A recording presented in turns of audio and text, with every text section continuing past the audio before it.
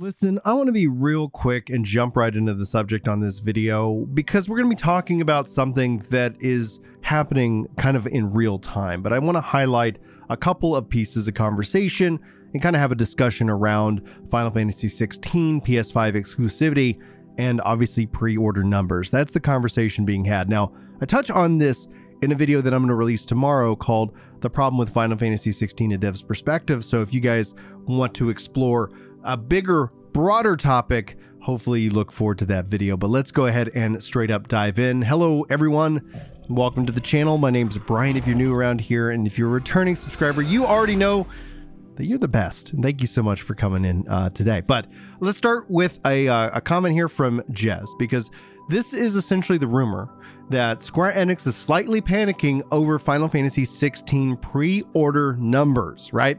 Again, we're talking about pre-order numbers, and as somebody who has pre-ordered the Ultimate Physical Collector's Edition, I never do this for myself, but I wanted that dadgum map. I know the statue looks cool, but I wanted the dadgum map. I'm paying a massive hype tax for Final Fantasy 16. I don't actually want people to pre-order. Like, I think pre-ordering is a foolish endeavor on the surface, because more than anything else, I think it sets up a system of kind of this feedback cycle, right? Pre-order numbers. Now, from a metrics perspective, if I was Square Enix, absolutely, I'd want you to pre-order. But Brian the gamer, Brian the content creator is like, yo, if you're on the fence, it's a perfectly fine place to be. They're not going to run out of copies. It's not like it used to be, but yet pre-order culture is a part of that kind of hype tax. But anyway, Jess says, maybe people don't want a Final Fantasy May Cry, kind of in referring to Devil May Cry. Maybe they want a Final Fantasy game. And this is based off of Emerald's bot, NES bot, talking about how pre-order numbers are being kind of tracked. But this isn't really where the conversation lives and dies. This is where it gets started. So then essentially in reply, Giuseppe, hopefully I'm not butchering the name, sounds Italian, having played at the beginning of it, it is most definitely a Final Fantasy game. It's the most Final Fantasy game that he's tried in a long time. Gameplay style is just a tool. Incidentally, it plays nothing like Devil May Cry, not even close. And obviously there's going to be comparisons to Devil May Cry because of the combat director. And I think it's perfectly fine that we let people jump in and make a new Final Fantasy that can be different.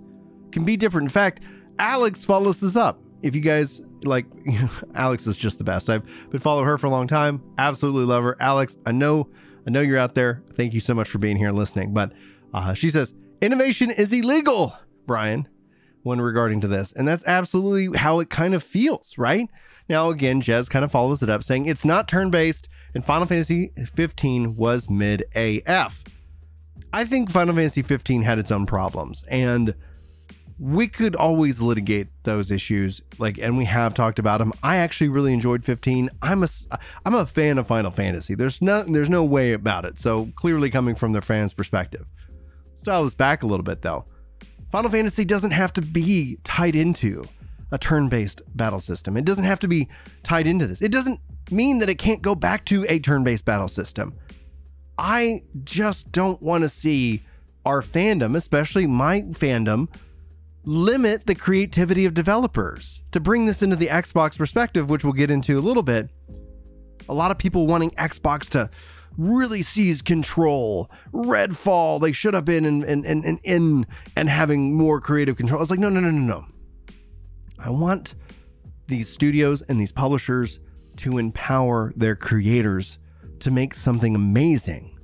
Sometimes it doesn't work out, but I want them to be empowered. I don't want them to be controlled, because then you're just playing an analytical game. And I think something that Yoshi P has done is he found a way to either buck the analytical trend, setting his people free to work on games and not have their bonuses tied to some kind of Metacritic score, which most likely, based off of just the passion, we're seeing so many, review bombed games out there this year. I don't know if it's more than any previous year. It just feels that way right now. And I don't know how you guys feel about that. Now, Derek says reasons why 16 pre-orders might be lower than Final Fantasy 15 is $70 price. Yeah, I could see that.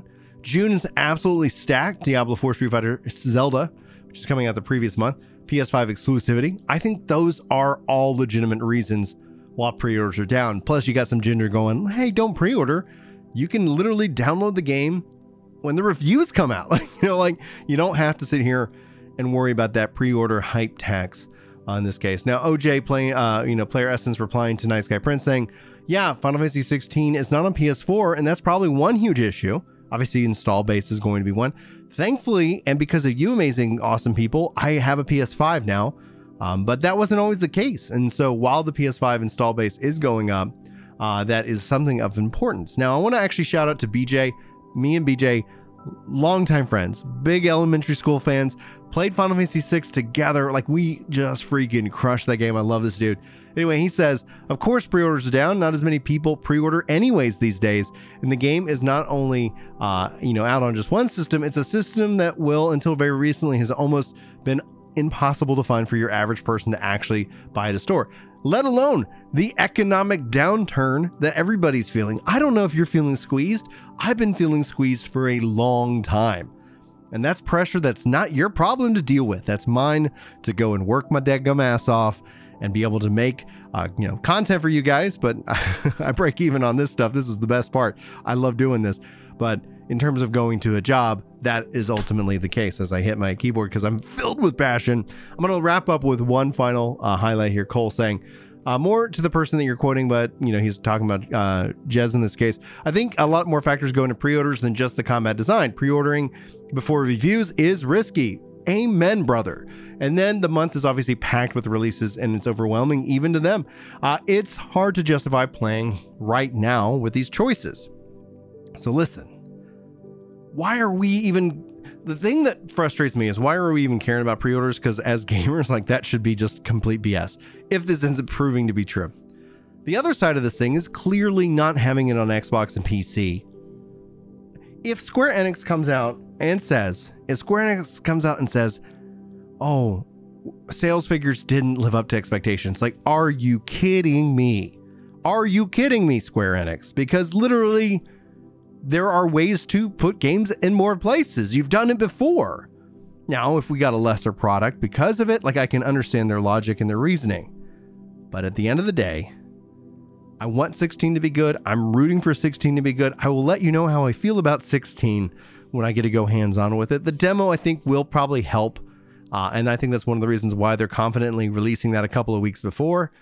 But if they are literally sweating, if this ends up being true, oh man, like, that tells me, that actually makes me more concerned for Square Enix as a company than anything else. And there's nothing we can really do about that because I'm not going to begin to try and encourage you to go and pre-order. Anyway, guys, thanks so much for your time today. Thanks for coming with me on this Twitter adventure, talking about this rumor and speculation about pre-orders for Final Fantasy 16. I'm going to wrap it up there. Love you faces. Thanks so much for hanging out. Hopefully you have a wonderful day. Hopefully I'll see you in the next video. But until then, take care.